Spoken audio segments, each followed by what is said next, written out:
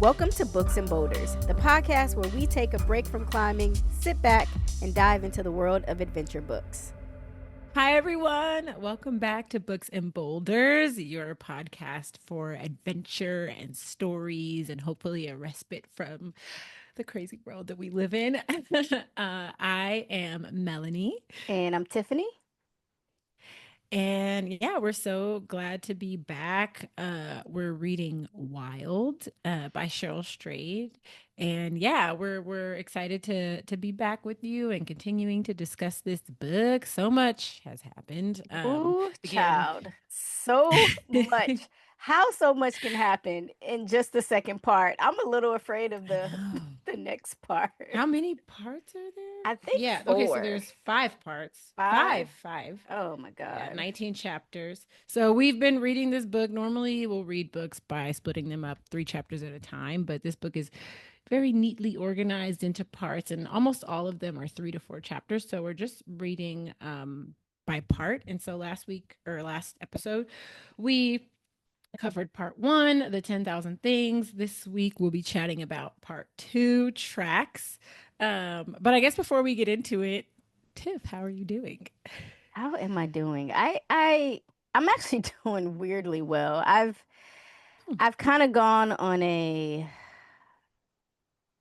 okay, so I'm just gonna be real because, y'all are here with me. I've kind of gone on a weird, and this was purely accidental when I was in France. No, Amsterdam. When I was in Amsterdam, my girlfriend was watching Love Island. I have never in my life watched the Love Island, and I have become obsessed with this past season. So it's kind of a weird thing, but I'm like in love with this couple on there. So it's bringing me this weird, unexpected joy in a mountain of like unwarranted depression. Well, I guess it's warranted because I live in the United States or we live in the United States. But I've been like less on social media, reading more outside. Like I just go outside. I usually only go outside to garden. I just go and sit outside. Oh, But this past week was my birthday. oh my So gosh, I am, wow. yeah, I'm old, but I You're not felt good about it. old. Normally I'm like, oh my God, another birthday. But actually, no lie, I'm a Leo. So my favorite holiday is my birthday. So I can't even front. I love myself and my birthday. But no, I had a friend in town and that was fun. I got to go to 3 concerts, which I never get to go to shows. Ooh, And I always want to go to shows. And I'm just like, I love concerts. yes. And it was like 3 significantly different concerts. It was kind of funny.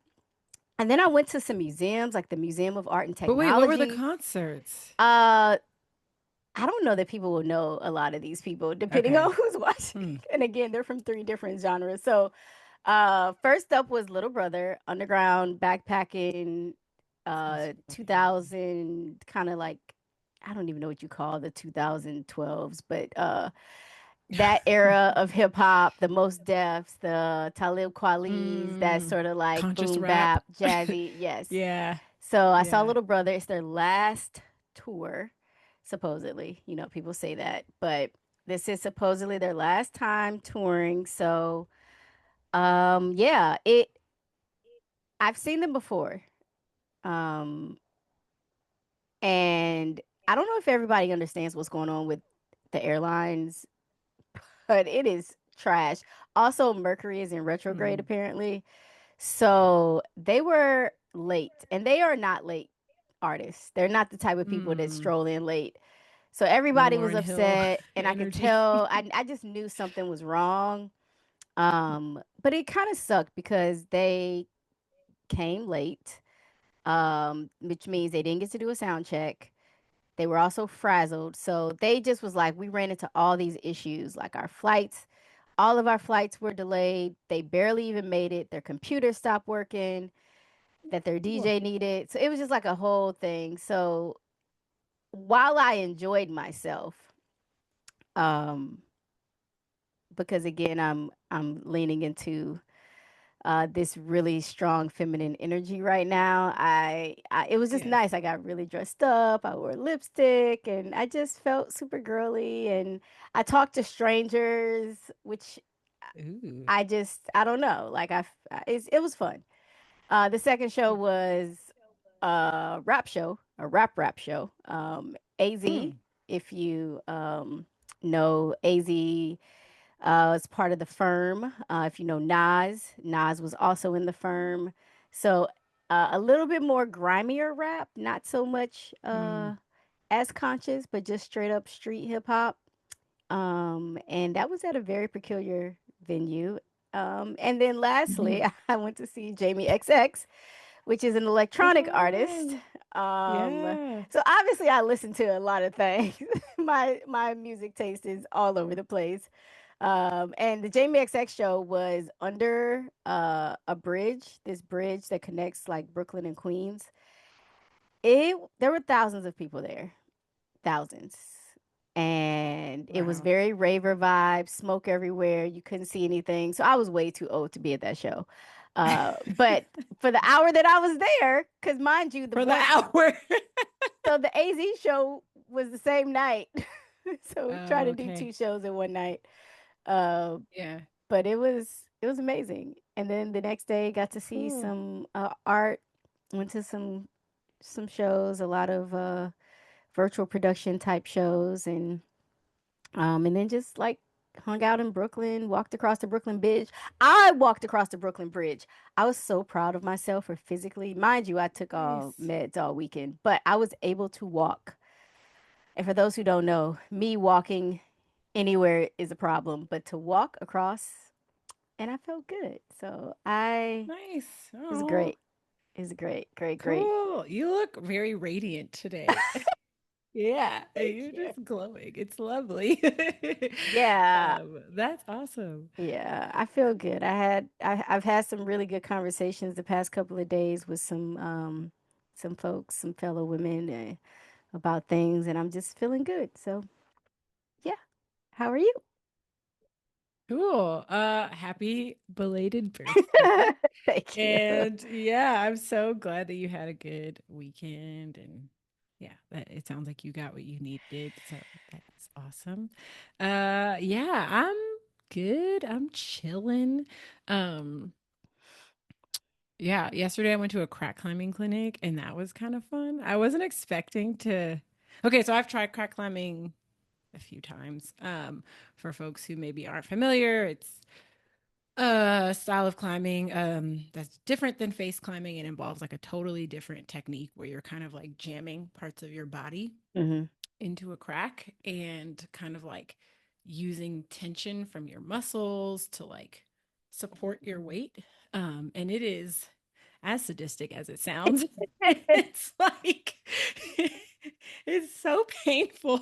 I think that like if you're I think it's like I guess like any skill, you're learning, you're using your body in a different way, you're using your muscles in a different way. So Hmm. like it is in a it you have to adapt to that, and I think that adaptive process can be painful. um, but I like so we have like yeah cracks in our gym, and there's like one that's like maybe I don't know an inch wide, like a finger crack, which is very thin, and then there's like a hand crack, and then there's like a I guess like a fist size crack. At least for Hmm. me, it's a fist size crack. And I've crack climbed like maybe or attempted to crack climb like maybe like 10 times just over the course of like the 5 years that I've been climbing. Um, but yeah, it's yesterday I like did the fist size crack and it actually felt good. Like it Hmm. clicked for me in a way that it's never clicked before. Like it's always been like a struggle. And I was like cruising. I was like, oh, I'm like, this feels great. Like, I was like, I think I get like if it could feel like this every time, like I think I get why people enjoy it. Like I felt so secure. Like I was like, I could literally just be like this for like however long I needed to be. And it felt great. Were you So wearing gloves that or was cool. no? I did have gloves on. Okay. Yeah. And I think that I tried to do a thinner crack, the finger crack, and that was okay, but I had the wrong shoes on. Like my shoes were a little bit too aggressive. So I think Oh. slightly different pair of shoes where my toes have a little bit, because like with the aggressive shoe, my toes are like this, Yeah, and with yep. the crack being like this big, it's like pressing on the knuckles of my toes and it hurts like hell. But when my friend gave me a pair of their TC Pros and I tried those on and those felt so much better. So I was like, wow, I think I don't know. I don't Uh-oh. I know. mean, doesn't that work well with crag climbing? Like knowing how to crag It climb is does. it's very complementary to everything you're doing. Yeah. So that's I would good. say so. Yeah. Most of the trad climbing I've done before has been I managed to like find places that have a lot of face climbing and it's very little crack involved, but I think Yeah. it's a super important skill for any trad climber. So, yeah, it's good and I feel like it's finally like I'm like actually kind of enjoying it. Like I think I'm going to go to the gym today and like practice some Oh, crack climbing. So, fun. I yeah, can so I look, the one time I accidentally crack climb in the Red River Gorge, I could not get my body not out of the crack. accidentally. Oh So no. I I've got heard my that happens. I got my foot stuck and I'm just sitting there Oh like, man. so Uh, what we gonna do about this right someone here? And come that help that me. I didn't panic because I didn't want people to know Yeah. because I embarrass easily, but I don't know if it's for me. Yeah. But Yeah. I do think like a class is beneficial. If anybody out there is like trying to get into it, take a class because I Yeah. do think Yeah. there's It helped definitely a a lot technique. for sure. Yeah. It helped a Yeah. lot. But yeah, so that was something cool that happened. Outside of that, just moving and grooving, rocking Just and living rolling, life. living that life, That's all we can do trying out here, to, y'all, is live life. yeah. Yeah. But yeah, I guess, I mean, I suppose we can maybe just jump into the book I mean, that's what because we we got here a lot of for. ground to cover. We got four chapters in this part. So I Yeah. think part two and part five are the biggest sections. Hmm. So Yeah. yeah, we definitely should jump into it. Totally. So, I mean, in part four, yeah. So part three, we learned about kind of like all the Well, things in her chapter, life that have, not to or confuse people. chapter three. Yeah, I'm sorry. Part one, we learned about all the things in her life that had kind of like led her to the decision to hike the PCT and kind of like the process of preparing for it. And in chapter four, the start of part two, she's going for it. Ooh, She hitchhikes to the trailhead. I think she just hangs out at a gas station. Is that right? Or yeah, she hangs yeah, out at a gas station. And she meets a pair of men, a father and son duo, and they give her a ride to the PCT. I think the first thing, or the trailhead, where she's going to start the PCT. I think the first thing they notice is that her pack is like enormous. And this is like a theme for a yes. lot of this section, but I'm actually impressed at how well she did. Like, I don't know. She never actually tells us, I think, the weight of The her weight, pack. yeah. I don't think she knew. I think she kind of was, she had a base understanding of her water weight. Like I do mention, I Hmm. remember there being some mention, I think, in the previous section about the weight of the water. Hmm. But e- easily more than half her body weight, it sounds like. Yeah. Yeah. Like Yeah. easily. And honestly, I'm just trying to feel like for me, if I couldn't even get up out the hotel room, something had to stay.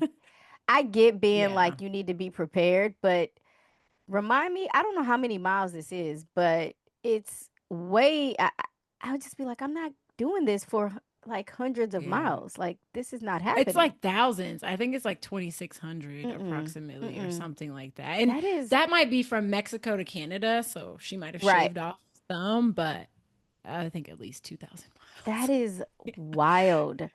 Like I don't even want to walk with my own body weight, let alone adding an additional half. Like that is. Yeah. In the heat, in the desert, in the exposed, dry heat of the desert. Yeah. Uh yeah, brutal. But she's determined. So she like, every I think it's probably She harder had for her her to woman put her ego. pack on. Yeah, I Yeah. can lift that. I got this. That was so Meanwhile, she's just funny. like, It was so funny I feel like she when he pulled her bag out the car and threw it on the ground, and she's like, "No!" That yeah. moment of like, "Oh no, I gotta pick this thing up." Like, Right, right. Try to like look casual while they're watching me do it. yeah, But she manages to get it back on somehow. I feel like if I was her, I would probably lay it flat and just like wrap my arms around it and then just like roll, try to roll myself upright. I think she had to do I don't that a know. couple times at some She had a whole point. strategy. Yeah, Yeah. But she manages, and she starts her hike. And I think she quickly realizes the difficulty of what she is attempting to do. Like it's really starting to kind of like settle in for her. She's like, I know how to walk. I'll be yeah, walking sometimes. yeah. Like, and then We all be 3 miles walking, in, and she's sis. like, oh no. Yeah. Three Wow. miles in, and she's just like, oh my God, this is much less like walking and a lot more like actual living hell. Um, but she's determined, so she keeps going. Um, and I mean, I think that like, one thing that kind of came up is like she is, I think, really intimidated or not intimidated, but I think that like something that she kind of like fixates on, like she takes the ride from these strange men. It sound like they ended up being really nice, but she takes a ride from strangers that she doesn't know. And I think that's like one of the first moments that like fear really strikes her. And then as she's walking, she's thinking about like animals that might hurt her or serial killers that might like kidnap her in the woods, and she has to kind of challenge herself to not lean into that fear. And I thought that was an interesting moment because it was like just already like, only like a couple of miles into the trail, and it seems like that transformation that she was seeking is already kind of starting to take place. Like she has to tell herself, she mentions just like telling herself a different narrative than what's Hmm. been told to women about like their safety in the woods and like their ability to like successfully do something like this. Um, and I don't know, it's interesting because she said like the way that she worded it, it kind of sounded like it started out as like a script, something that she was telling herself to like pump herself up. And even though she was still afraid, like she was maybe trying to pump herself up and like feel good. But then eventually it started to become true that she was actually like not afraid and was feeling a lot more brave. She also mentioned that she was in too much pain to be afraid. So that's real. I guess that's always a good distraction. Um, I think one thing that but kind of was interesting too was that because if you've never been on a through hike or even in some cases just a day hike, yeah. there's like a sign-in book, and it's in the event that you have to be rescued or someone's Mm, wondering where you are. It's just kind of a good way to track hikers. And she noticed mm, that she was the only woman, or at least named that appeared to be a woman, and mm, also the only solo hiker.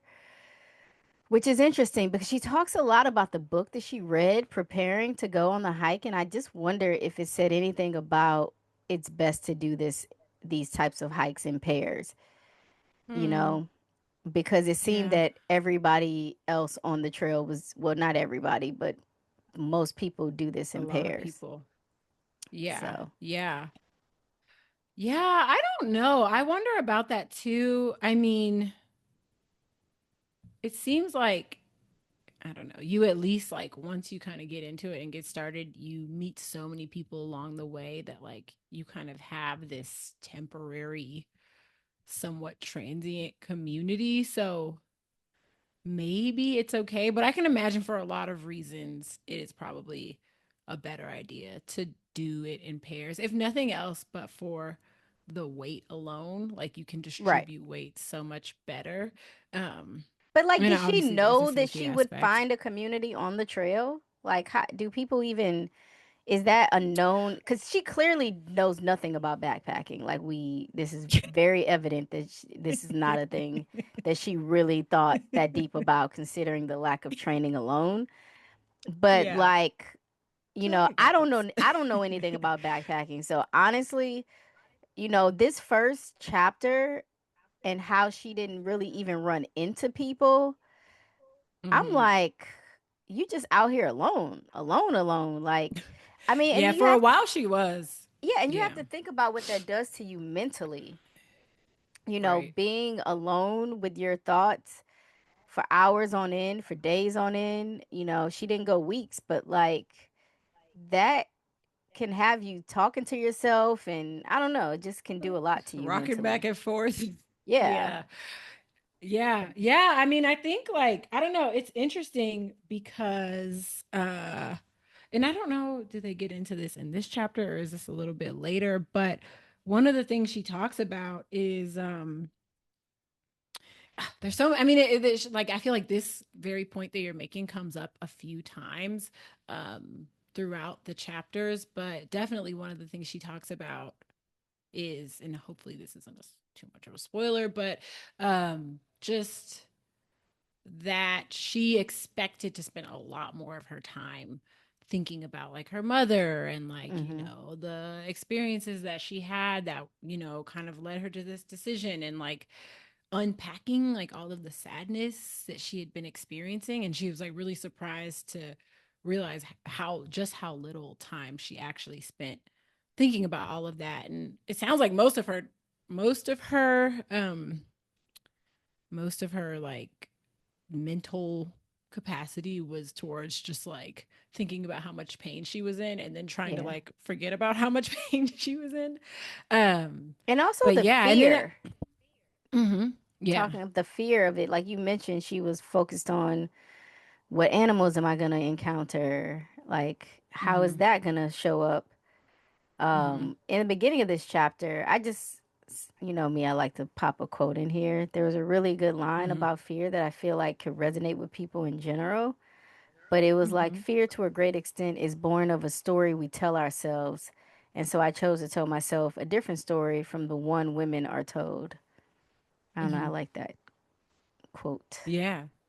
Yeah, yeah, for sure. Yeah. I mean, it's like, and that was kind of like um what I was getting at earlier, and I think it was like around that same point in the chapter, but like just trying to re reshape, I guess, the narrative. And I think at the beginning, like maybe it sounded like she wasn't totally convinced of like some of the things she was saying, but she was saying like almost trying to reverse engineer her brain. Like if I say these things, and they will start to become true. And it sounds like they did. Um, but yeah, so she's on the trail, uh, just adapting and adjusting. Um, yeah. Ooh. Okay. Here's another quote. Yeah. Okay. To that point, there was another quote that I highlighted that I really liked, where she shortly after that, where she's like, "Fear begets fear, power begets power, and I willed myself to beget power, and it wasn't long before I actually wasn't afraid." So yeah, I don't know. I also love that, and the idea that we, as hard as it can seem sometimes, like we can start to reconstruct the narrative that we're told, and that our thoughts really are powerful. Hmm. And uh yeah, sometimes you just have to keep repeating it. It's like learning a skill. You just have to keep repeating it to yourself, and then eventually it actually becomes true. um but yeah, and so as she's hiking, I think she starts to get into some reflection and starts to think about, or she starts to reflect and tell us kind of the story of how she ended up on the Pacific Crest Trail. So Yeah, we're it getting finally into gets it. revealed. In the wild. This was like a mic drop moment for me because again, I didn't read this book knowing anything about it. I didn't watch the movie. I Mm-hmm. honestly never even heard of this book. Mm-hmm. Even though I ran into someone last night who was like, "I love that book," and I was like, "Oh wow, people read Oh, this." But it was on Oprah's book club. There you go. Over That's how book. long I've not been reading books as much as I used to, clearly. I just, yeah, this revelation was not where I expected this book to go at all. And Yeah. obviously there's I mean, let's be real, there's a stigma about heroin and who uses it, who predominantly is a, I say a victim of it because like where the hell did it come from? How did it get into these communities? But whatever. Mhm. And I just could And not substance imagine. abuse is a real illness. Yes, for sure. Yeah. And I Hmm. could not have imagined this white lady like just sitting around like it just I don't know. It just baffled me and I was like this went dark real fast.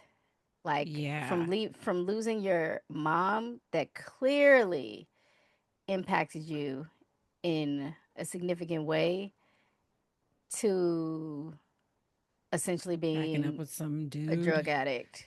I mean, let's be Yeah. real. She may not wanted to admit it. That's what this was, but Yeah. Yeah. Yeah. So, I mean, she talks about how she basically had gone to, God, where she was driving somewhere. I can't quite remember. Sioux Sioux Falls, South Falls. Dakota. Mm-hmm. And she was going to pick up her car. Um, and she was with her friend, and they stopped on the way back to Minnesota. They stopped at a Mexican restaurant to grab some food, and the food is like not really settling in her stomach quite right. And she's like, ha ha ha, maybe I'm pregnant. And then she's like, oh shit, I might be pregnant. And it turns out that she is. And the way that she got pregnant is because she had sex with a man. But also because um, this, so I guess, so then that, like, that revelation kind of like brings us into her experience with substance abuse. And she had basically met this guy, Joe, and yeah, they're hanging out, getting to know each other. One night he asks her if she's ever tried heroin, and she's like, no, but she is definitely intrigued. And I mean, I think it just quickly slides into like a life that she was not prepared for or imagining for herself. And she kind of like ends up shacking up with this man and slipping into addiction. Um, and it goes from like, just kind of like, I don't like it. I think they started by snorting it, and she says, we told ourselves we would never like shoot it, and then they Yeah. ended up shooting it. And yeah, that was I mean, I don't know if it's just a true or really, not, yeah. but I feel like I've heard that like the first time you do heroin, it's like lights out. Like it's very hard Yeah. to do it once and never do it again. And Mm-hmm. I am sure internet, someone has done heroin one time and has never done it again. Mm-hmm. I've no doubt that that is possible, but I Yeah. do think it's very improbable that you do it just one Yeah. time and maybe it's not as potent until you shoot it up. I don't know at the point, like I don't know about because I know they also smoked it, so Mm. I don't know the point in Yeah. which it is the most addictive, but Mm. yeah, I mean, once Yeah. heroin, I mean, I've had relatives who were essentially addicted to heroin, Mm. and once we used to say once that Ron gets you, Ron got you. Mm. Like it's not, it's very hard to break up with Ron. That's Mm. so yeah. Yeah, yeah. I mean, I think that's kind of what I've heard also. Like it has a grip on you. And I don't know, I mean, I think obviously there's like the physical dependency of it, like your body literally becomes like dependent on it to function. But also like she had the added kind of emotional, like I think because of the experience of her mom dying, her relationship failing, like she was kind of primed to receive, like she was primed for, I think, substance abuse. And Oh anything that yeah. was gonna like make her feel good was just so easy to like lean into and so hard to pull herself away from. Um, and she has this like, I don't know, I think it's like this really like just messy kind of gritty like falling apart. Like I really do feel like this was like a necessary like, at least for her, like she kind of Hmm. needed to fall apart in this way in order to like figure out how she's going to move forward and how she's going to like take control of her life and like what direction she really wants it to go into. um and so like, yeah, speaking of quotes, there's this quote that really kind of struck me, where she's talking about, I think she's just really torn and conflicted. Like she's like, on the one hand, I know that I'm like better than this. I know that this is not who I want to be. But on the other hand, like it's so easy and it feels so good. And she has this quote, or she has a quote in the book that says, I think this is not me. This is not the way I am. Stop it no more. But in the afternoons, I'd return with a wad of cash to buy another bit of heroin. And I'd think, yes, I get to do this. I get to waste my life. I get to be junk. And I don't know. It's just like really, I don't know. It's just interesting, kind of like getting insight into that emotional, just the experience that she's having. Like, I don't know. And I feel like I can't personally relate to like drug substance abuse, but I feel like I've struggled in my own way with like, indulging in certain vices that aren't healthy, and depression and all of those things. And it is like weird how alluring the spiral can be. Like it's Yeah. weird how enticing it can be to just self-destruct. um but yeah. um, Yeah. I mean, you have to hit rock bottom as someone who was in a relationship with an alcoholic, like, mm, and only that person knows what their bottom is. Because I would have thought mm, the bottom was with me and the bottom was not with me. It was post me. So mm, everybody has to hit their bottom. And I just will say that it made me think about that beginning a lot differently, knowing like her motivation behind the hike. I was like, oh, okay. Now I see yeah, why you were just like, no training, no preparation, not really ready. I just got to get out of here and do yeah. this. Like, this was Hmm. a, if my life depends on it kind of thing. It's like, damned if you do, damned if you don't. So let's So I might just, as well try. let's just Yeah, go. yeah, yeah, true. Yeah, I don't know, it's interesting, like just thinking about too, like I think, her friend intervenes. Thank God for friends. Her friend intervenes and she just calls her out on it and is like, so how's heroin? Like, what's up with that? You know what I mean? Like How's your straight dog? up And like how's heroin? Is that good too? yeah, yeah. But her friend is like pissed, like her friend is tight and ends up Justifiably, calling. justifiably. Yeah, yeah, yeah. Obviously, only because she cares about her, but ends up calling her ex, Paul, to kind of like come in and intervene. And everybody here just like really wants to care for her and like help her get back to a state where she can be healthy. But I don't know. It's just so interesting. I don't know, can't recall like exactly if she mentions like a specific time frame, like was this for like a couple of weeks or was it for a couple of months that this was going on. But it's just really interesting how easily she like slipped into substance abuse, and how like her partner or her ex-partner mentions it. He's like, you look different, like I don't know, like you just seem like you're not there. And I don't know, I don't even think she quite realized. I think she did because she like called it out, but like I don't know, just the way that she like fades into like substance abuse was like, I don't know, really interesting. But I think there was something you said that made me think of like um just like an interaction that she had with somebody who was like an addict. So she talks about, or I guess another person who was an addict, but she talks about how she's like, after she like met Paul, came to pick her up and they kind of like got into it. And there was like, I think that conversation was starting to like ground her and sort of slowly start to bring her back. Hmm. But then she's like sitting outside and she encounters this guy who's like, telling her his life story and how he like just he's like, she said she met this man, I think his name was Tim, and she's reflecting on her own experience with heroin, and he like comes approaches her and he's like, oh, can you just give me a little bit of money, like I need, whatever, and he's telling her his story, and she starts to pull the money out to give it to him, and he like holds her up with a knife, and I think it seemed like to me like that was the point where she like really kind of made the decision like, Yeah. okay, Yeah. I can see clearly now the two trajectories that like this is one very clear trajectory that I could take if I continue what I'm doing. And like you said, I don't know, like damned if you do, damned if you don't. Like I don't know what this other path is, but there's a chance that it's better than this. So I'm Yeah. gonna go over here. That was Yeah. definitely her rock bottom. Yeah. And it was like, the interesting thing is, it was almost one of those, if I don't stop this, I'm going to die.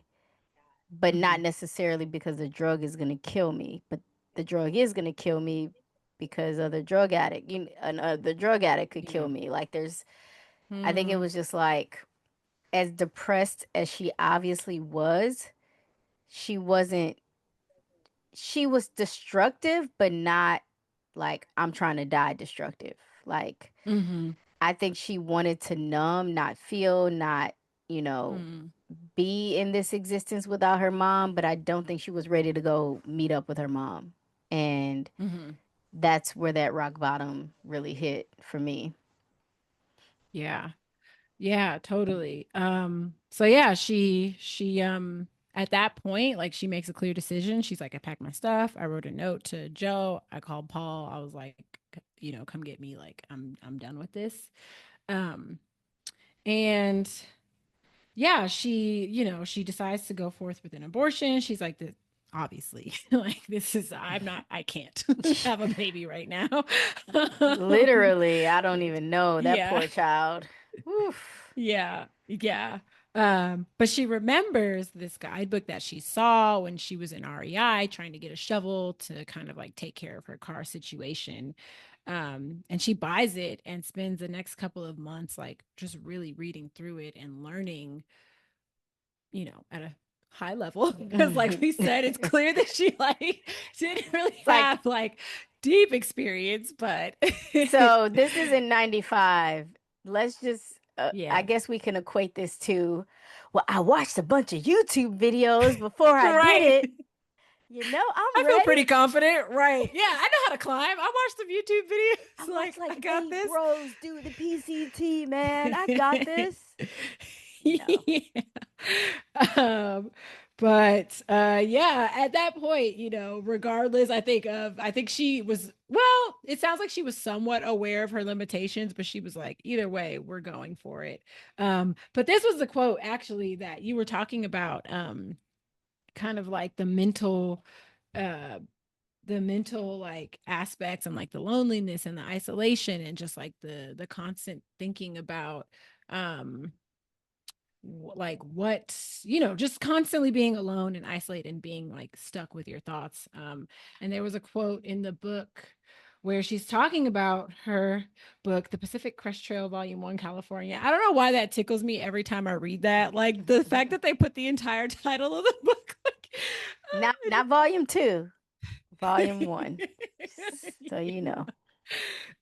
um, but she says, like I think she starts to kind of get to the point where she's reflecting while she's on the trail, and she's like, yeah, there was a lot of stuff that I went into, but there was a lot of stuff that I really didn't think too much about.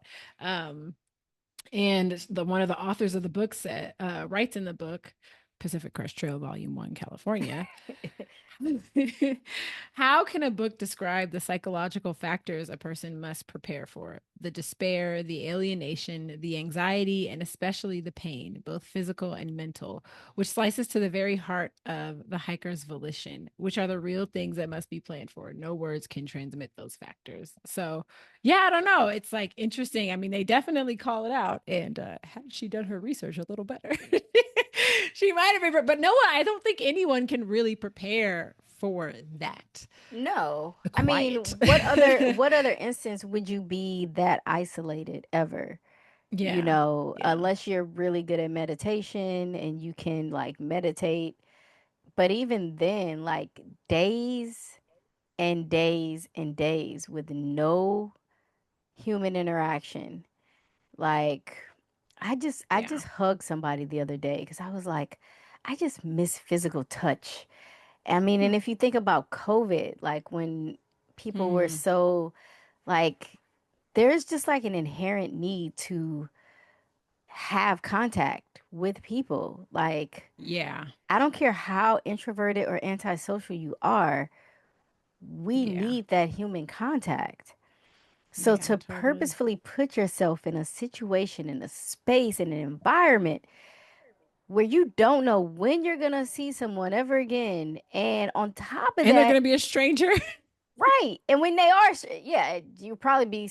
I'd probably hug that person off the rip, like I don't care. But the other thing is like on top of that, as much as you're afraid, or as much as you want to, you're missing and needing human. Now you're paranoid that like, ooh, what's gonna come out of the corner? Like I'm Hmm. scared, so it's like you got this fear of not being alone and this like anxiety about being alone. Like it's a weird Hmm. double-edged sword. It's wild. Yeah. Totally. Um, but so far it seems like, I mean, I think she is getting a taste of that and like really kind of like understanding what it's like. Um, but yeah, I mean, so far she's hanging in there. She's doing okay. um, I feel like there was something that I wanted to call out. There was also one, just I guess I think we're close to wrapping up this chapter, but one other thing that I also kind of wanted to call out that I thought was interesting was she says that when she read when she first started reading the book and kind of like entertaining the idea of doing this trail, um she's telling herself like I had to change, I had to change, I had to change, and that was like the thought that was really driving me in these months of planning. Not I think into a different person, but back to the person that I used to be. Which I guess like so she says strong, responsible, clear-eyed, driven, and ethical and good. So I guess like that those describe I guess qualities about her personality, but not like the details and the nitty-gritty of her personality itself. But to me it was really interesting hearing her say that because I was like, I feel like you're doing something as epic as this, you kind of have to expect that like as Hmm. much as you will retain the essence of who you are, you're going to come out of this different. Like, I don't Oh think you yeah. go into an experience like this, like being the person that you used to be. You have to expect and like want to, like, I think, adapt and evolve into like a better version of yourself. But yeah, I don't know. I thought that that was interesting, but, um, yeah, she makes her decision to go do the thing. Um and yeah, I think she's fully leaning in cuz she's like, listen, things have gotten as bad as they can. Like the worst things happened to me. My mom died. I divorced my partner. Like I have no sense of direction in my life whatsoever. And And so I'm she kind of addicted to decides to go drugs. for it. It was like Yeah. the trifecta. Yeah. So yeah. But that is chapter 4. That's one chapter. Yeah.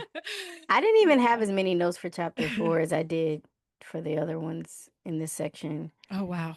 Yeah, Okay. I had a lot more notes for the other ones, but I Okay. don't have to go. I'm not gonna cover every single one of my notes, but I feel Yeah. like the next chapter is so. I mean, this past one I felt like was like, we need to let y'all know why she's really here. We gotta unpack. Yeah, Yeah. and Yeah. now it's like, all right, this is the reality of the PCT. This is what it is really like. Yeah. Yeah. My God. Totally. Yeah. Yeah. Just the chapter 5. Yes. Like, okay, yeah, Yep. totally. Yeah, so let's get into it. So she is on the trail, and I think she mentioned when she first starts that she had planned to hike 14 miles a day, something like Mm-hmm. that. Yep. And on that first day, if I'm not mistaken, she got through like 3 miles. Like she was just like, I'm gonna stop. I'm gonna just stop right here. And I think she like had intended to keep going, and she was like, nah. But I think like by, like her something like her 10th day on the trail or something like that, she's averaging closer to like 9 miles. So definitely not quite reaching her goal. And I mean, it's crazy. Like she talks about somebody else that she met on the trail and how like seasoned hikers are doing 20, like she had set a goal of 14 miles a day. Seasoned hikers are doing 20 something miles a day. Like that's That's crazy. wild. That's insane. Just hiking all day. um, but yeah, let's see. So a few things happen here. I think she encounters her first mountain lion tracks. And I think that kind of like shakes her up a little bit. She's encountering like the rugged terrain and how it's changing. Like it's going, it's undulating and going from like really steep where it's like her muscles are in searing pain to like these like steep declines where her biggest concern is not completely toppling over herself because of the weight of her pack. She's like, yeah, I mean, just encountering like different variations in the weather and all of that. And it's like really starting to like click in like just how brutal the trail can be. Um, and um, And she didn't pack hiking poles, which oh yeah, what part of this book did not recommend a hiking pole? yeah. Like, And yeah. I I can't just say that remember if because the that was yeah. part of her flow of like, Hmm. falling. I don't know if it was scree or just a Hmm. hilly, rocky area, but like on the fourth day, she fell on her face like Oh that. yeah. Like what? Yeah. And you got this heavy Yeah. pack and no hiking pole. I know. I know. And I'm sure the book recommended hiking poles, but I feel like in her mind she was probably like, I got that. That's fine. I don't need to That's worry for about. people But it's so with bad knees. That ain't for me. it's so you're gonna be one of those people. That is so crazy though, because it's also like, right, she bought like deodorant. You funky, you're not gonna have a shower probably for like another month if you're lucky. Like I I would have don't know what you're gonna do with deodorant. I would have brought You deodorant. I'm not gonna lie to you. really? I You would have think full on so? brought, because here's the thing. I would have been just as Yeah. naive as her, not knowing the Yeah. reality of. I'd be like, I'm gonna bathe in the lake. I'll be Yeah. clean. I'm gonna be And fresh every day. yeah, and it's like, look, the hot water is the major factor in showering, folks. I mean, yes, you can take a cold shower, Mm, but if you're trying to get clean, clean, clean, you need a little hot mm. water, you need a Clink, little bit clink, of clink, clink. pressure, and you for Yeah. dang sure need some soap. It can just be I'm gonna Yeah. rinse off in the water and go about my business. Yeah. But Yeah. I mean, it's like, okay, deodorant, fine. I mean, there were like other things that she brought that were just like so great, like a flash for her camera and all of this stuff. And it's like, girl, but you didn't think hiking poles was a worthy like thing to she was add thinking on? about documenting and Yeah. remembrance and She's not like, I'm a survival. storyteller. Yeah. Yeah. No, the um, thing that I could relate to though, when she was suffering from raw skin. So mm, while I have never through hiked, the mm, longest and most difficult hike I've ever done was hiking Mount Washington. where is that? So Mount Washington is in New Hampshire, Okay. and it's one, I believe it's one of the 14ers actually. I'm Huh. almost positive it's one of the 14ers. If anybody out there is one of those 14er people who like to hike tall stuff, 14,000 feet in elevation. And so this is where I was able to relate because Hmm. this was the first time I had ever hiked something that intense, that long, that uphill, so uphill that I officially knew what cairns were for. Like I never truly knew what cairns were for.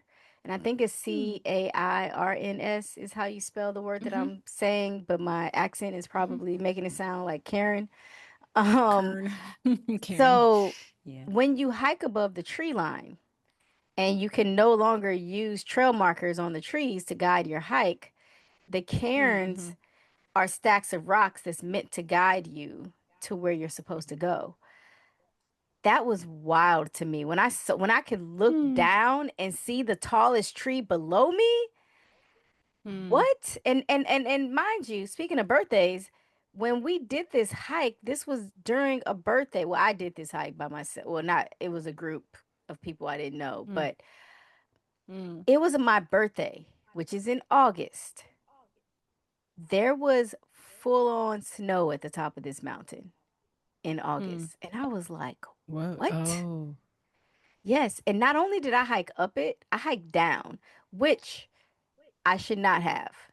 Um, One thing about hikes, especially these like steep incline base hikes, that if I were to give anybody any advice ever, ever, ever, make sure your boots fit properly. And I mean by Mm, fitting, they can't be too small, but they can't be too big. And my shoes were just big. They were fine normally because there were boots that if I wanted to wear them in the winter, I could wear thicker socks, right? So that mm-hmm, I mm-hmm. had room. So I had a little room. But in the summer, I didn't need that room and I had thinner socks. Hiking downhill in boots that are loose means that every time you go down, your toe is just Slide jamming, on. jamming into the front of the Mm, shoe. Bang, bang. I think it was probably like the last hour of the hike. I couldn't even walk straight. I had to walk wow. sideways. It was so painful. It was Whoa. so painful. Like the blister on my foot that I had, like, so when she talks about this raw skin and her blisters on her feet, and then of course her ankle, because she had, of course, she just shot up 48 hours ago. It's like, I got to get this last hit Wow. in. Like, Mm-hmm. that is no freaking joke. I mean, I was like, I'm never doing that again. As as Yeah. as rewarding as it was to like make it to the top, I was like, why did I not just take? They offered. They said, "Hey, y'all don't have to hike back down. There's a car that can take you back down." Hmm. I should have done it, but I was trying to You're be a like, superhero nah. because I was the youngest person Yeah. in my group, so I had to flex. I was like, Mm-hmm. all these old, like there was like old folks in the group, and they were just like, And they were going down too? yeah.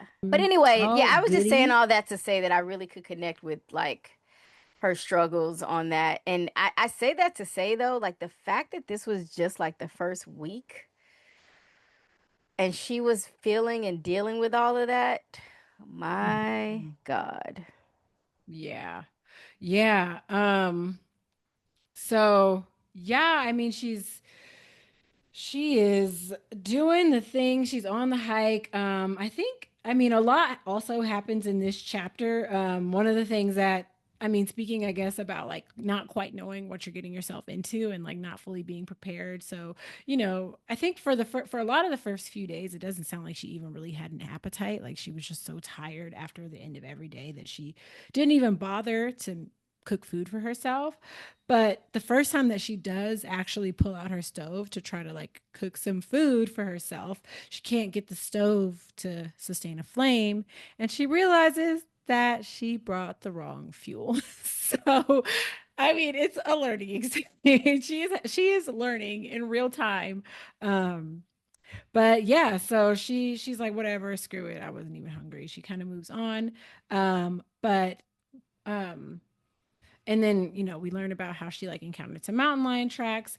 At a certain point while she's on this trail, she, I think, start maybe that feeling of loneliness starts to set in, but she veers off the trail and a lot happens. So I might not actually be getting this quite perfectly in order, but one of the things that happens is she kind of like veers off the trail, and that actually was really interesting to me. I don't remember how many miles off the trail she kind of like diverged. Was But it was a so few, did she right? veer off or did she bail? Because I thought she bailed because she came to the realization that she only really had food left that needed to be cooked.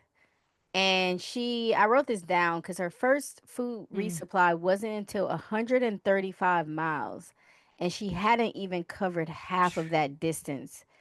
So it seemed like Yeah. she decided that she had to leave the trail to get food. Like she was literally going to starve to death if she not did not like Yeah. try to find a road. Right. I think you're right. Yeah. Because yeah, she had already kind of started to eat all of the things that she didn't need her stove to prepare. Hmm. And she like yeah, just needed to fix her stove so that she could do her thing. Um she wasn't sure if she was going to get that help in Kennedy Meadows, which was also kind of like quite a ways off Far, anyways. yeah. But yeah, but she did end up kind of veering down the road. I think I'm jumping ahead a little bit, but she ended up veering along the road. Should I go back? Should I back up? To what? No. Because I was going to talk about the bull too, like, but maybe that's not important. What bull? Oh, the moose. The bull. Oh, it wasn't a moose, though, but she called it a moose. And that's not a huge relevant point, but I think that was maybe like one of the first time that she's like, should I keep doing I this? just wrote moose. I don't know what it Moose. was. I wrote down moose. Yeah, I mean, it wasn't a huge point. It was just, I think, probably her first time really seeing wildlife. It ended up being a Texas longhorn bull, I think, or maybe not Texas longhorn, but a longhorn bull. But she was worried that she was going to get impaled. And at that point, she was like, I'm a little bit scared because I don't know where this animal went because she kind of closed her eyes when it approached her, like she was preparing for her imminent death. But yeah, it ended up running off, and she was like, I don't know if it went ahead of me or went behind me. So I guess I'm just going to keep going forward because there's a 50-50 chance that, it could be in that direction either way. Um, but that is an aside, not that important. But anyways, so she's heading back. Trying to find civilization. Um, and I don't know. I wish I knew how many miles she was going, but that to me was just so crazy because it's like, I don't know. I mean, fortunately, she did end up finding the help that she needed, but it was wild to me because it's like, man, like this is no small detour, and every detour it just feels so significant. You know what I mean? Like you're like carrying all of this weight, walking several miles in a direction that you don't really need to be going. And like in theory, you might have to walk back in the other direction, like if you don't find the help that you need or whatever. Also my sense of direction is totally messed up. So Well, I hope you don't I have don't any know. through hiking plans anytime soon. Because I Yeah, think I would be. a little bit of compass reading and understanding of Yeah. directions is essential. Yeah, for sure. But fortunately, she says she was hiking for 4 hours. So I would estimate maybe like 1 or 2 miles. But well, she was hiking for 4 hours and then began to regret her decision because she wasn't sure where she was or um, how close or far she was to the help that she needed. But she continues going on. I'm not quite sure for how long, but eventually she does run into people and they're at this mining site. So they're workers at a mining site. Um, and one of the men, it's a group of three men, a very diverse group. Yeah, that was very peculiar to me. I'm not gonna lie. It was Yeah. like a whole She said, DEI moment there for a minute. It's like, what is yeah, happening? she said it was like one white man, one black man, and one Latino man. Sounds like a And really I think they were bad start of varying a joke. ages too. Yeah. It's true, and I think they were all different ages too. A black man, a white man, and a Latino man walk into a bar. Like, what? Yeah. And they're in the middle of Um, nowhere.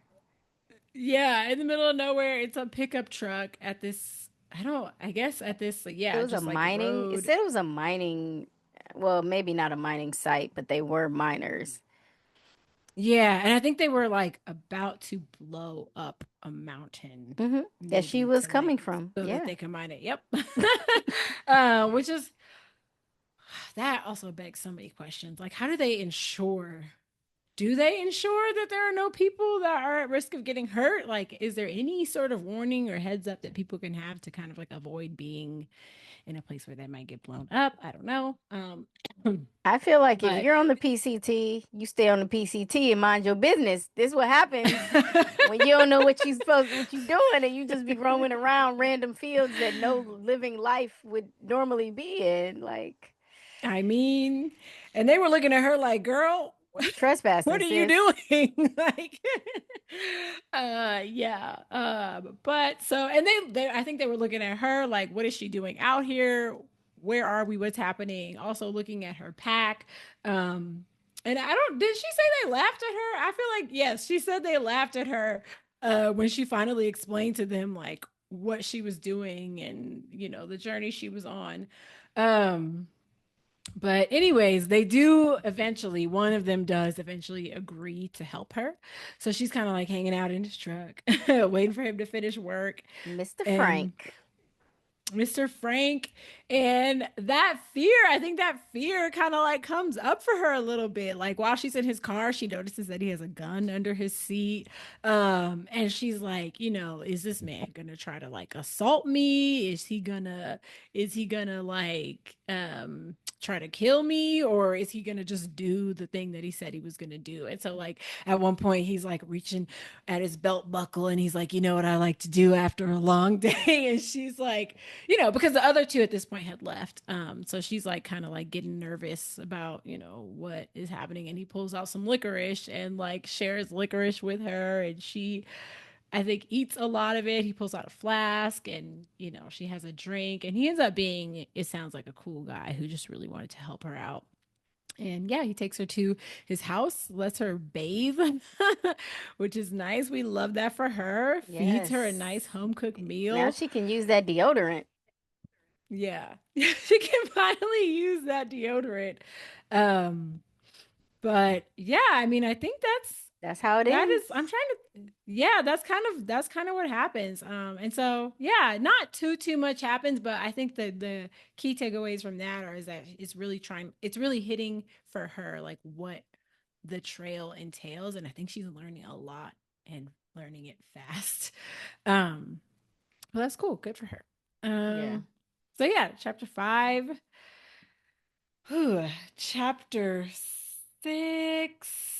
She's still so right, chapter 5 ends with her actually like heading to Frank's house, and then chapter 6 is when she gets to his house and her mother, his wife takes care of her and brings her some food and gives her a place to stay. Um and then she's back on her way, and he leaves her at a convenience store where she has to hitchhike once again um, to this town where she can get her stove fixed. And that happens. She ends up getting back to where she needs to go. Unfortunately, finds an outdoor supply company where somebody like takes care of her stove and gives her the gas she needs for it. Um, and then she's kind of like back on the no, she's not back on the trail just yet. So she's in town. She's in this town called Ridgecrest, and she finds a motel where she stays at, and the guy sets her up with like a decent room. He offers to wash her clothes, which is really nice. Um and yeah, she ends And up and that is and where she realizes, oh sorry, go ahead. no, no, I thought this was interesting because I didn't I'm a dummy because I'm not a big outdoorsy person. I am now, but I don't know the history, and You didn't so grow up like that. no, and so I thought it was interesting that connection with the Sierra Nevada and the Sierra Club and John Muir. I was Mm. like, I just Hmm. thought that was an interesting nugget that I didn't realize that he founded the Sierra Club, and it was all tied to Mm. this sort of PCT area and Mm-hmm. space and the work Mm-hmm. he's done to protect it from development. So Mm-hmm. I don't know. I He just was thought that also was interesting. racist, which sucks, Of but course. I mean, come on. but I I don't think he was like that bad. Like I think he just was like I okay. I think don't care what he level was racist ignorant you and are. educated Yeah, you be level two, for that three time. races. You that's where you be. I don't you whatever. Yeah. Um, I know it's a toss up because I don't, from what the research I did, I don't think he actively like harmed physically, people of color, but obviously he had some like very outdated thinking, which was like in line, unfortunately, with like the thinking of white men at that time. So it's like weird to be like, man, he did a lot of really great stuff, and also like, I mean, I kind of felt that way watching that movie you told me to yeah. watch. What movie was it? Um, well, after the Lynn Hill book and the Yosemite, whatever the Oh, Yosemite fuck, not Valley Uprising. that I felt Mm-hmm. like there was some special people out in during those times in the 70s that was probably, you know, idolized by people that should not be. But, Yeah, won't make any totally. guesses or assumptions about anyone. So, yeah. Yeah. But anyway, I just thought the name, I just didn't know where the name Sierra Club came from, that it came from the Sierra Nevada, because I don't know anything about those parts of the country. Yeah, I don't either. Although I want to learn. California's not that far. Like I've been Yeah, trying not to for get up in you California a little bit especially. more. Yeah. Yeah, I I want would to do some hiking in California, probably not from state to California. state by any means. No. I mean, maybe I'll go right on the border and just walk a few steps to the other state. Yeah. But no, not I don't think I'm a through hiker type of person. At least not at this point in my life. But yeah, she gets to this motel, holiday inn. Sorry. She gets to this motel with Bud, and he's like, "Yeah, so I'm assuming there's snow. Just putting it out there." And she's like, no." She's like, no." So Lots of that was wild to foreshadowing with me. this snow thing. People were very big about Yeah. this, like, is this worst? This is the worst season it's ever been. It ain't ever been like this. Yeah, I know. And by the time we finish this part, she hasn't really gotten into it yet. So Yeah, I'm very curious to see how it will same. all actually turn out. Um, but yeah, he's like, it's been a record year. And, like you said, lots of foreshadowing. She encounters other people who are like talking about this snow, but it's something that she hadn't really thought about. Like, I think that she knew that she might encounter some snow. She talks about how she brought She an got ice that ice axe. axe. Yeah, she better. She knew some snow was gonna be popping She off, did. but Yeah, that she didn't know how to use, which like when she gets an explanation of how to use that ice axe, I was like, wow, I had no idea. Like, I yeah. had no idea that this is how you use an ice axe. And that was all very mind opening and yeah, mind blowing for me. But yeah, that's the first time that she really kind of starts to learn about like what she might be encountering in terms of the snow. But she decides to press on and gets a ride to a campground where she's going to start her hike from that point. And at that point, she continues on with her journey, and I think has her first moment where she encounters another PCT hiker. So she meets this guy named Greg. And Um, this was to be clear. What makes this moment so interesting is she was about to quit. I think you have to Yes. Oh my God. understand. Thank you for calling that out. Yes, she was hot. She had crossed multiple rock slides with no trekking poles, just basically slipping and sliding up and down these things. And she was done. And I Yeah. believe in my soul that if she She had is not ready to encountered be a over person, it. because it was 10 days on the trail of no people, Hmm. uh, if she hadn't encountered that person, she would have quit. And Yeah. so, if you're a spiritual person, you probably think, Mom sent Craig to her to, yeah, keep Hmm. her going, But I Hmm. just thought that was fascinating.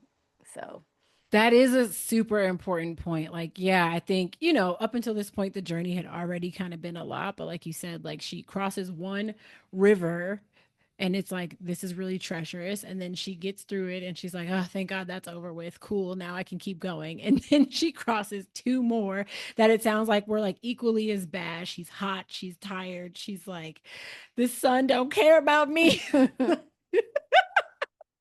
I'm sorry, Cheryl. I shouldn't laugh at you.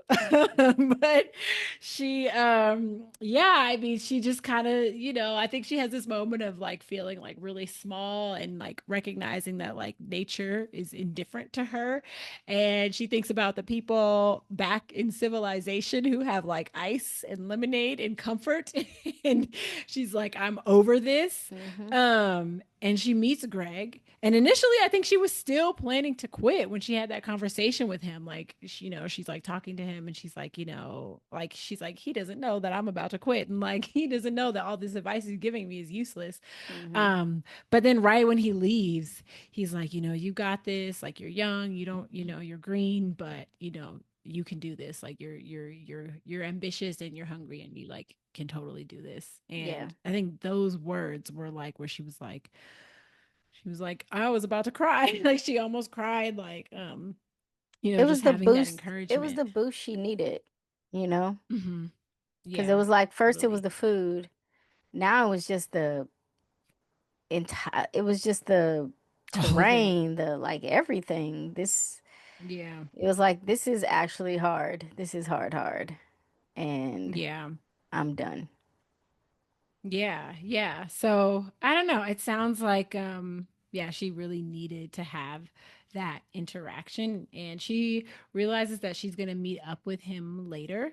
And I think he ends up, was it him? I mean, all of these people that she's encountered so far have like done so much to really help Help her. her. Hmm. Um, but she does end up encountering him, or he lets her know that he's going to be like hanging out in Kennedy Meadows for a little while and that he'll see her up there. um but so he continues on, and she's a little bit slower behind him, and she encounters yet another pair of PCT hikers. So sorry, I'm like checking through my notes, but she finds another pair of PCT hikers, and this is a father son pair. Albert and Matt, was the boy's Yes. name Matt? Hmm. Okay. Yeah. So, um, oh, wait, we forgot about the bear. She talks about the bear. She sees a bear, whatever. Yes. Which It was which her first bear. is not like to downplay because Yeah. she was also like, this don't look like a black A bear. black bear. Yeah. And And it there was was, interesting. Yeah. yeah, there Go was just ahead. like debate in her mind. So, Yeah, I think she was nervous about that and like wondering if it was actually a grizzly bear. But I've only seen a handful of black bears and they've all been on the East Coast, but I have heard that black bears can be all different shades of brown and beige and white. And so actually, I don't know who it was, if it was Greg or Albert, but somebody calls out the fact that like, they're in California, they just are exposed to a little bit more sun and it makes them blonde instead of brown or yeah. whatever. Or black. But yeah, so she does see her first bear. Um And then and then she almost did something that I almost did. what? She almost stepped on a rattlesnake. Oh, And what I happened to you? swear my rattlesnake was like 8 to 10 feet long. I'm not kidding you. I have a video of it somewhere. I will definitely like throw it Oh, somewhere. It is, and her rattlesnake was making a sound. My rattlesnake was not, I could not hear it it. It didn't was, rattle? no, it was sunbathing on the Oh. trail. And this is during my like Oh. hardcore hiking days. So it was early spring when they like to come, it's super wet, but they come out in the sun and just lay on the, it was just laying there in the middle of the trail. I didn't even And know they were on the East Coast. yo, Wow. look, when I saw this thing, I mean, it was one of those like walk, walk, oh, slow motion, like, and I was with my Yeah. partner at the time. I was like, back, back, back, back, back, back, back. I was just like, back up. Because I was leading the way. Like, I'm the hiker, so I know where we're going. And at that time in my hiking career, whatever you want to call it, my focus was always to look at the trees and the trail markers and Mm. navigate the hike that way. I never Mm, really was a big looking down kind of person when I hiked. After mm. that, I was like this. I'm looking down. I look up. Okay, I'm going the right way. Now I'm looking down. Whoa. Like if you ever almost step on it, because here's the thing too, where I was at on the trail, if Mm, he had gotten bitten, I was not getting him back to the trailhead. yeah. So it would have been me trying to run back and get help. And this wasn't like a busy trailhead. Like it would have been a mess. And like you got to get that shot quickly. You can't have that venom in you. Huh. He was so upset. It was so funny. The video is pretty funny. He was like, F this. F this. He's already not an outdoorsy person. And I'm like, let's go hiking. You take Yeah. somebody who don't even hiking and then they And see a they see a rattlesnake. rattlesnake. Yeah. But that thing, he just Wow. slowly moved off the trail. And that's how I could see how long Oh. the length of it. I was like, Did you see the rattle on him? yes, Yeah. yes. I zoomed in Yeah. because I mean, okay, so here's the thing. Once Wow. it got to a certain distance, then it was Yeah. like I'm trying to film it and get like I wanted to get close, but I didn't want to get close. But I Yeah. was like, this is the coolest thing I've ever seen. Like it wasn't cool Yeah. initially because that's utterly No. terrifying. Like the reality of like Yeah. how that could have went south. But Yeah. yeah, I've seen two rattlesnakes before, one while climbing and one while hiking. And Wow. similar situation, early spring. The snake was just sunbathing on Oh. the rock, on the side of the rock, on the ledge. Yeah. Like what you looking at? I'm Yeah, just trying to get a little tan. I just realized spring is not the time for me to be outside. I cannot. Hmm. Wow. Yeah. I've only seen one rattlesnake IRL, and it was maybe like a couple of feet away from me. And it did rattle, and it did, you know what I Oh, mean? it Like it bucked? was like It back the bucked? fuck back. Oh, enough. Did you Yeah. buck? Like, oh no. Yeah. I'm running. It I'm was running. like, Uh, I just stepped away cautiously. I have a video of that one too. Because I was we maybe need to like three compare feet our away from rattlesnake it. I video. stumbled. Oh, Yeah, this one might have been a baby because it was probably like it wasn't very long, but it did have that little yeah. classic, yeah. And I was like, oh my god, but also,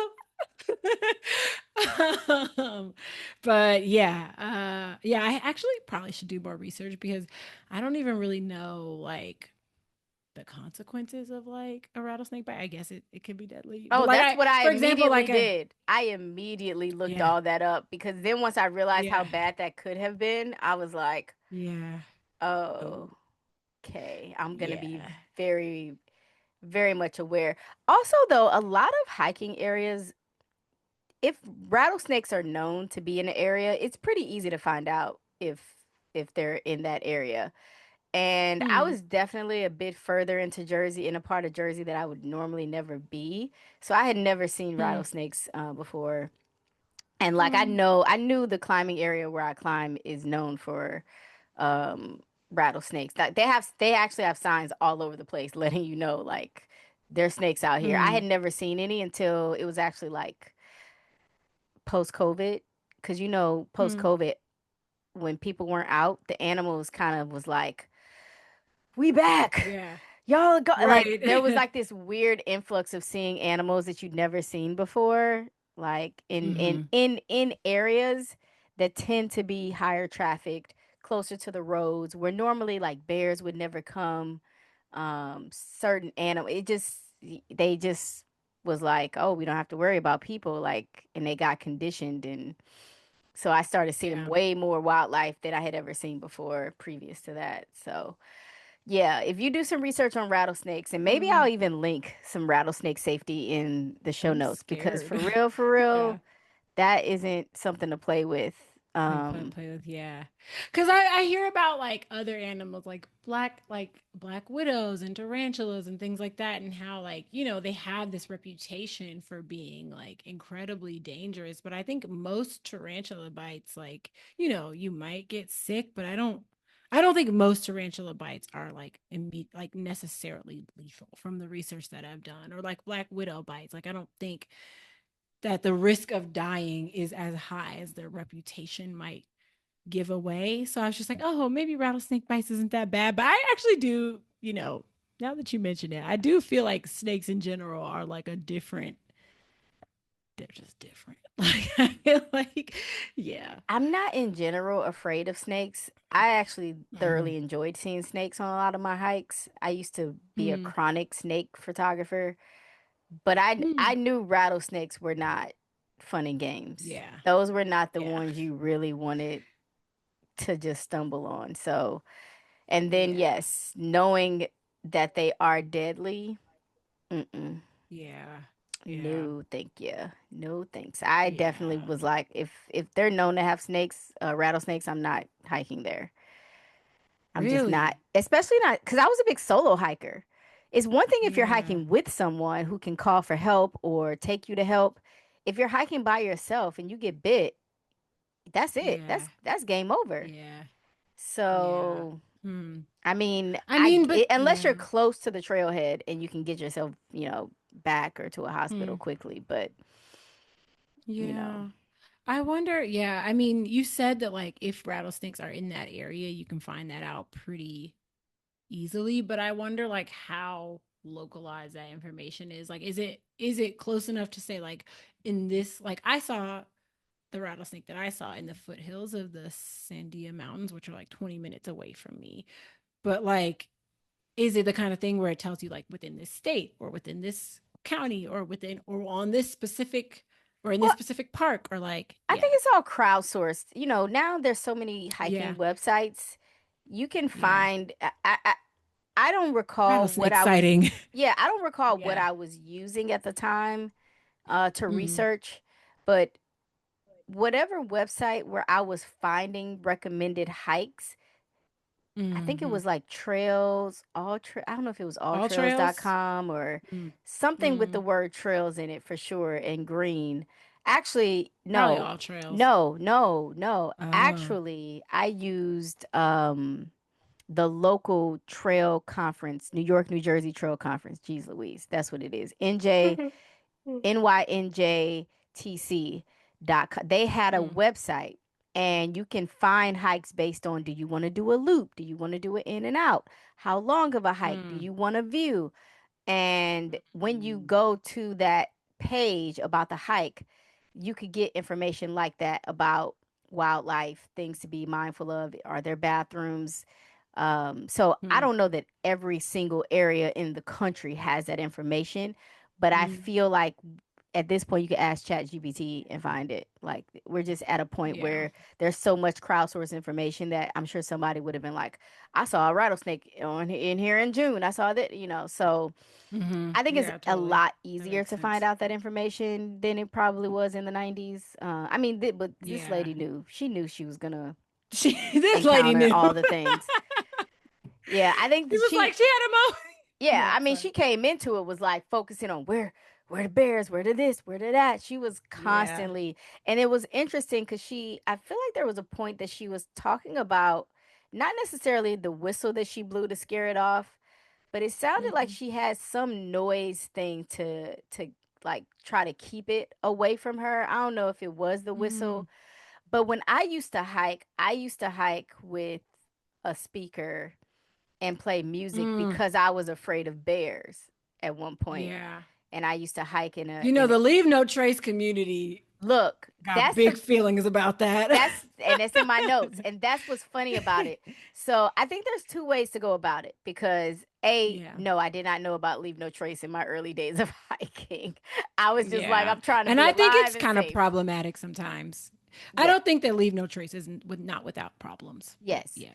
And that's the thing though. I think there's a nuance to playing music.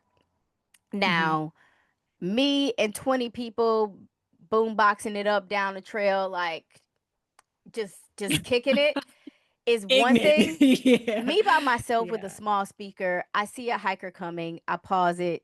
Like I'm i turn would it i off. would Yeah. stop the music if I saw somebody coming along the trail, Like I get Right. it. Not everybody wants to, but also I'm not wearing headphones. Like I need to be there was points where I've hiked with headphones and people were Mm-hmm.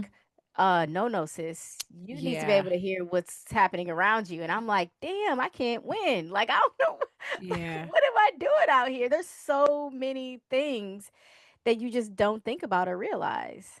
Yeah. But the other big nugget for this chapter So many was nugs. another, Yeah. this is a beautiful dance of flashbacks in this book. But now she's going back to the finalization of her divorce. Or divorce. Yeah. And me not realizing that she came up with her name, that she was not given Oh yeah. this Mm-hmm. name. I did not know that. I'm sure people know that, or Mm-hmm. I don't know if that's a thing, but I was like, oh, wow. So Strayed is the name, because I guess when you get divorced, most people would just go back to their given name, but I guess it's an opportunity to legally change your name, which, Mm-hmm. let's be clear, changing your name is not the easiest thing to do. If you think about, I have a Mm. passport with another name on it, I have a this, like, A lot you of don't just change your documents. name lightly because it's a lot of work involved in getting all these things updated with your name on it and letting people know. Mm-hmm. Um, Mm-hmm. but it's interesting. I did take note of the meaning.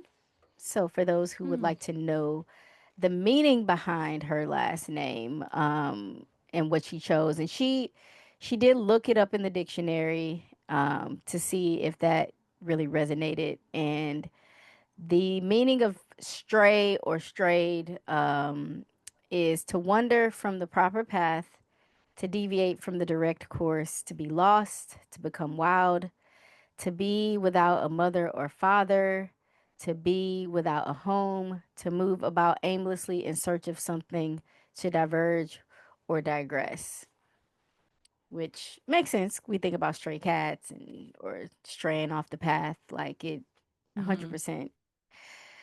So, yeah, But that it's, that is her in a nutshell. I mean, it's wild how perfectly fitting it is. I Yeah. mean, literally, like just within her life and like where she wanted to go in life, she was lost.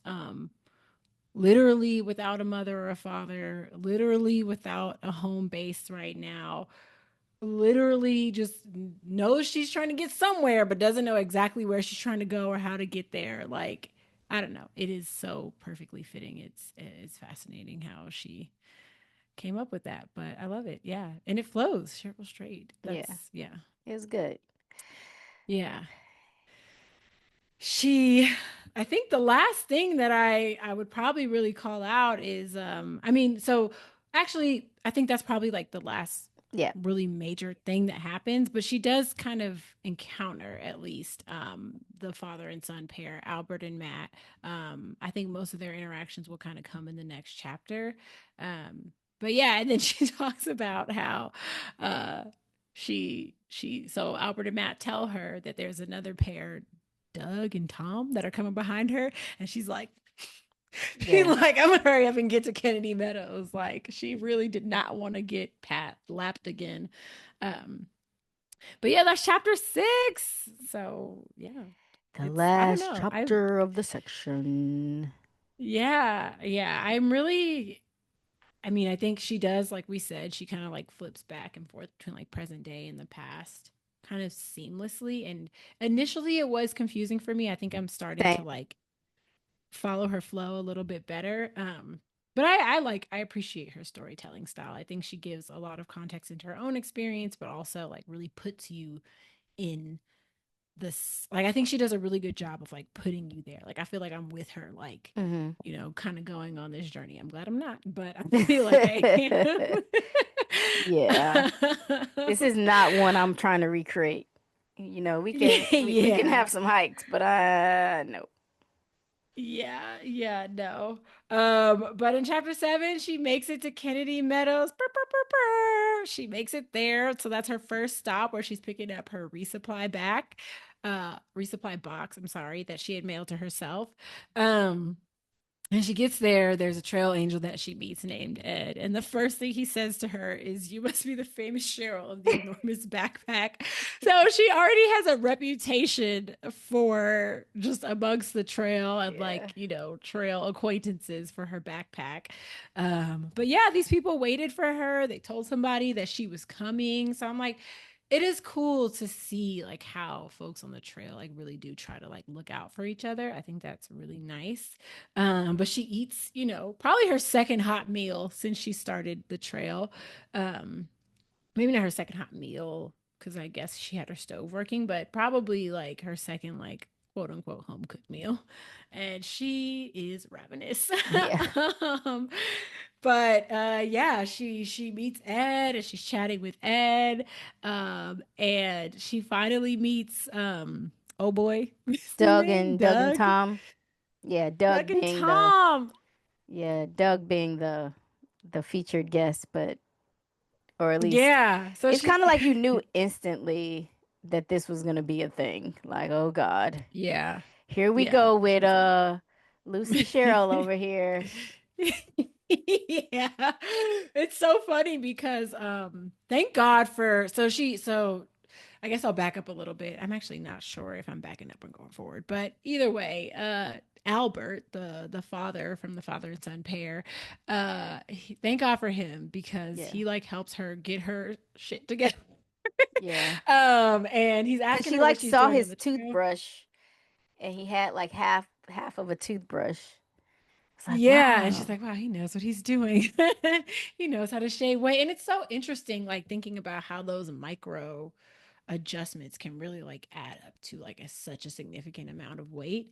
Um, but yeah, she, finds out, I guess, that he's like a Christian man from the deep South. He's from Georgia.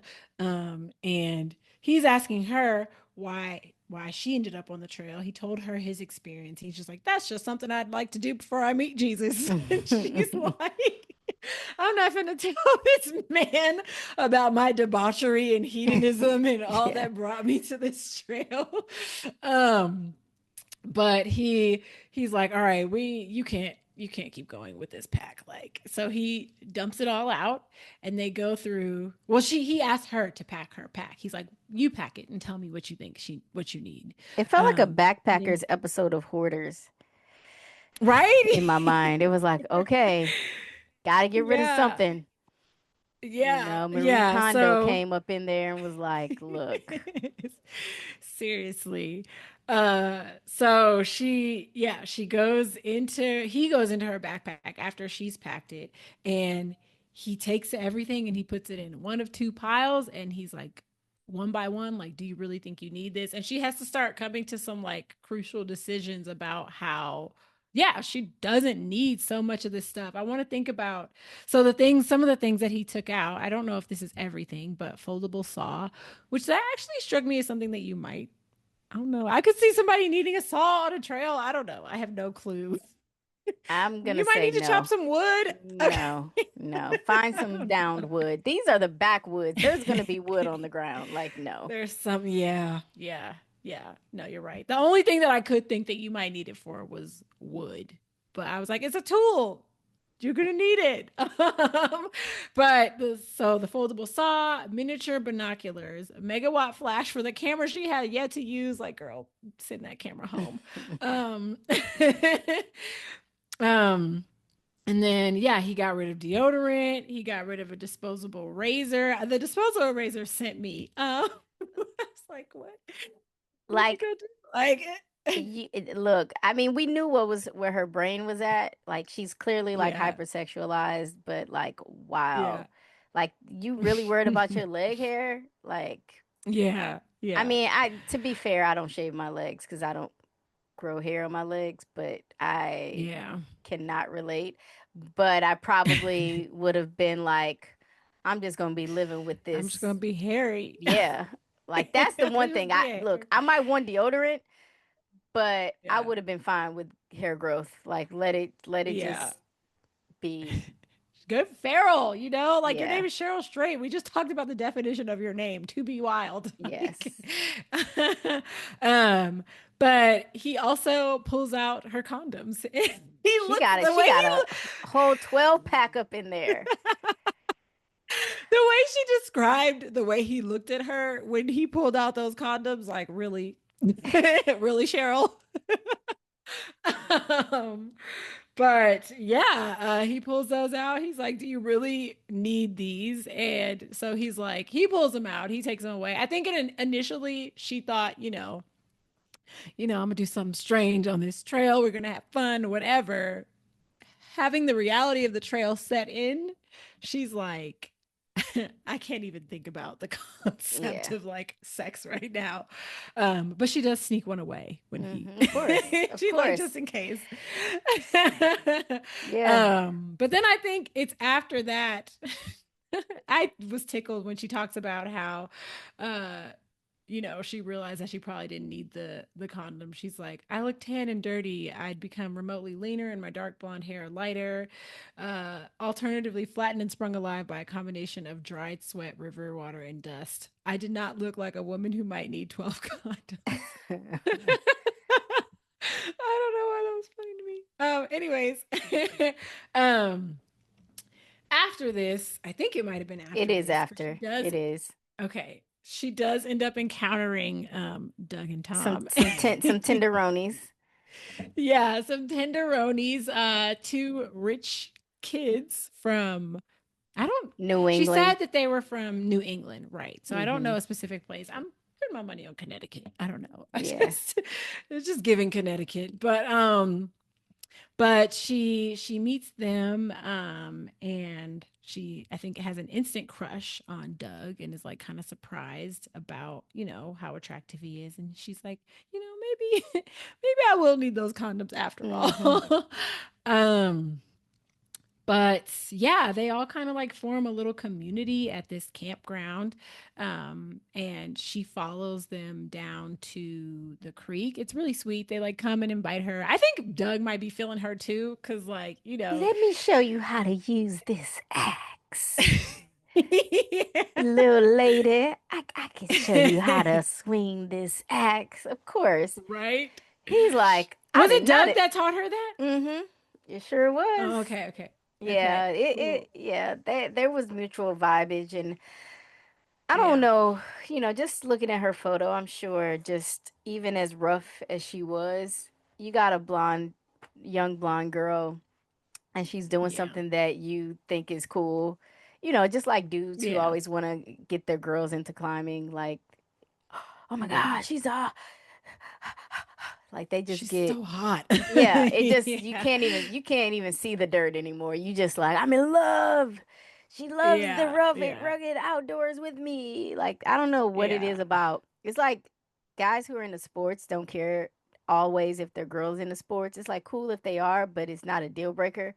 But guys who are into the outdoors, it's like a Yeah. drug. Like, you like the outside too? And I don't mean like I like to go hiking, but it's like if you Yeah. like for some, I just feel like it's a guy's wet dream. Like when I was Mm. in London, there was this guy. It was cute, but also low key annoying. There was this guy who Mm. obviously brought his girl into climbing, who probably just does Pilates or yoga because she had on her Mm. very Avi Pilates climbing outfit. Mm. And he had her projecting his climb for so long. And he was just like, come on, babe. You can do it, babe. Come on, babe. Oh, you did it, babe. Oh my God. And I Yeah. don't know why I was so agitated. I was just like, Yeah. can y'all not? Uh, But I'm a yeah. hater, so whatever. It was cute, but it was just like you can tell the difference between like a you who was already into climbing versus someone who Right. was never into climbing and their guy like Just doing it got for them the into pleasure. it, and if they break up they probably will stop or date another climber Mm-hmm. type of thing. But Mm-hmm. Yeah. it's just interesting. So I think Doug just was like salivating over the idea of like, oh my goodness. And also probably thought it was badass. Like, wow, Mm-hmm. she was going faster than us and and Mm-hmm. so mind you, that don't Yeah. mean much because they also don't know what they're doing.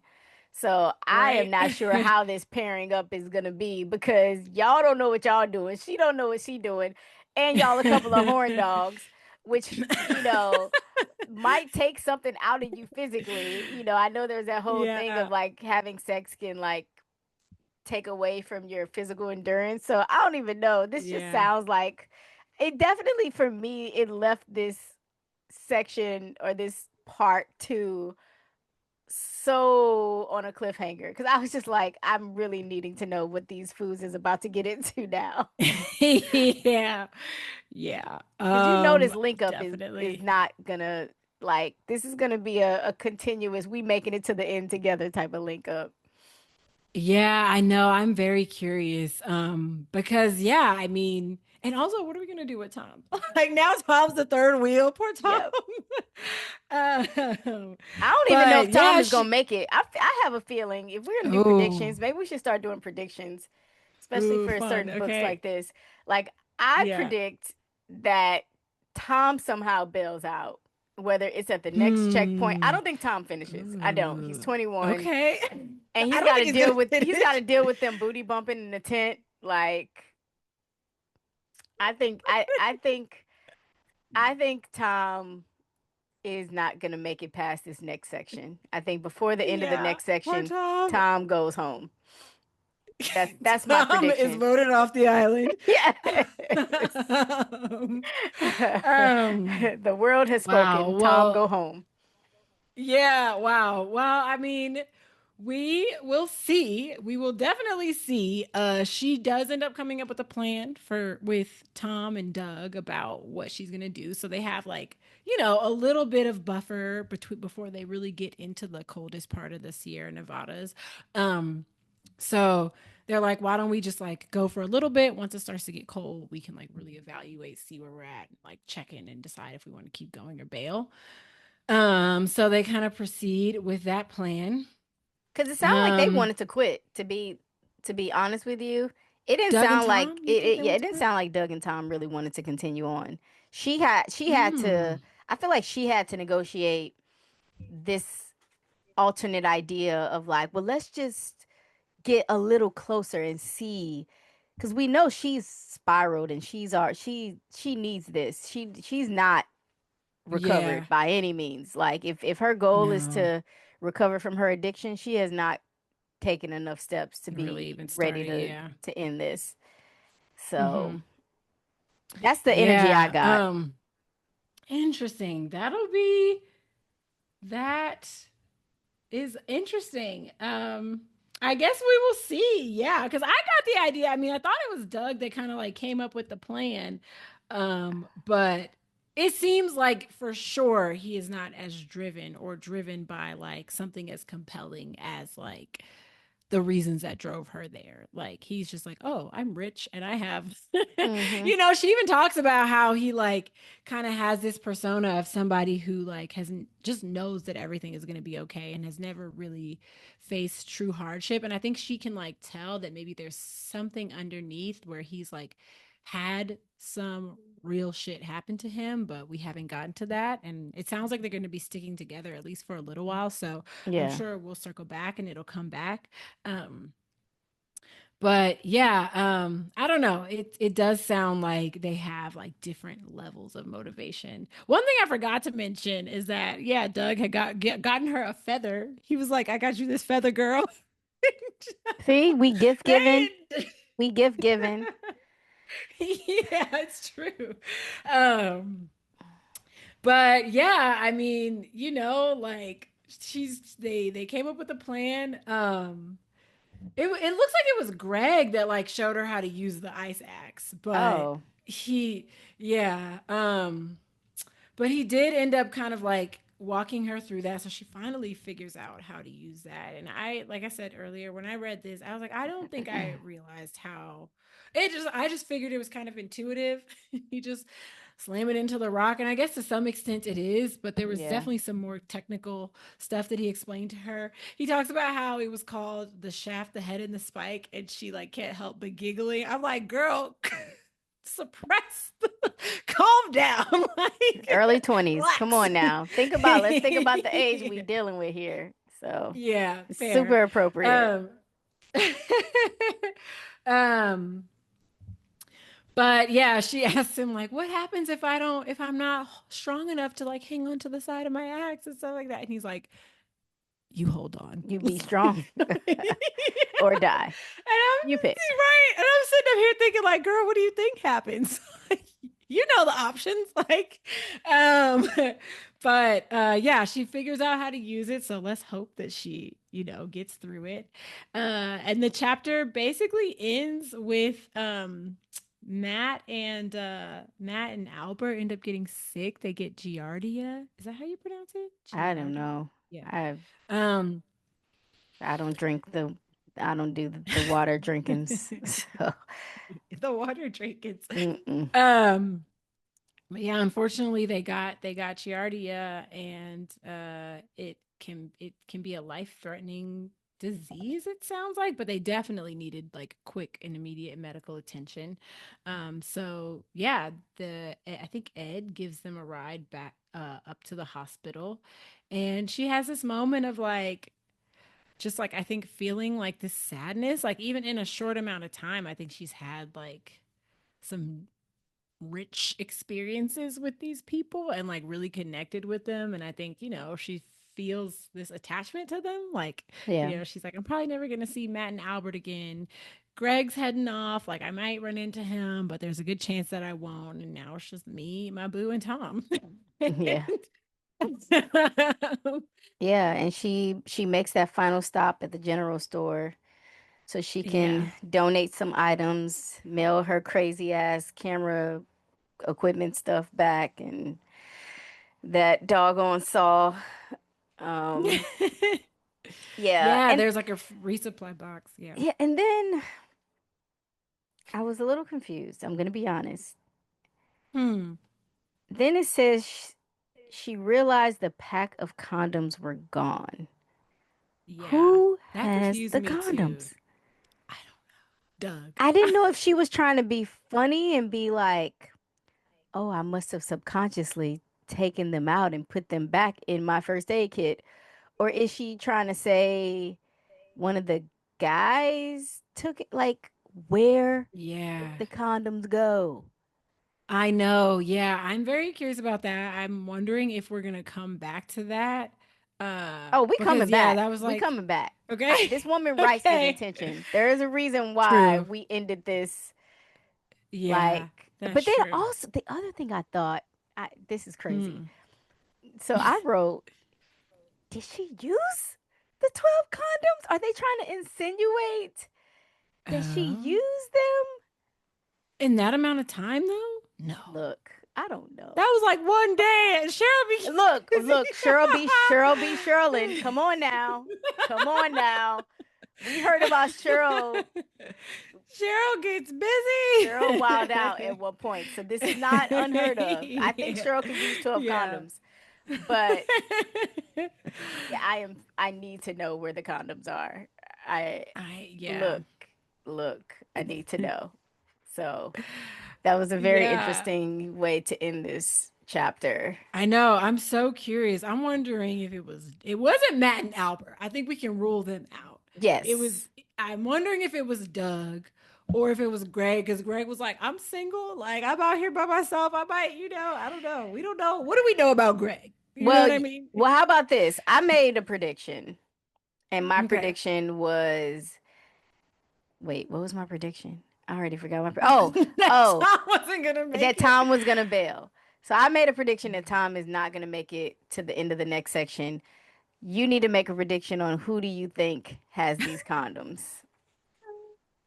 I mean, okay. I think it's Doug. I think it's Doug. Because I want to say Greg, but she's already kind of told us that she's probably not going to see Greg again. So if it was Greg, I don't know that we would find out.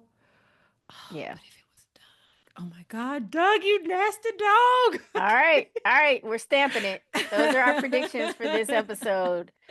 Doug Doug is is freaky deaky hmm. too. So not only do they connect on the outdoor space, like You got her that feather. yeah.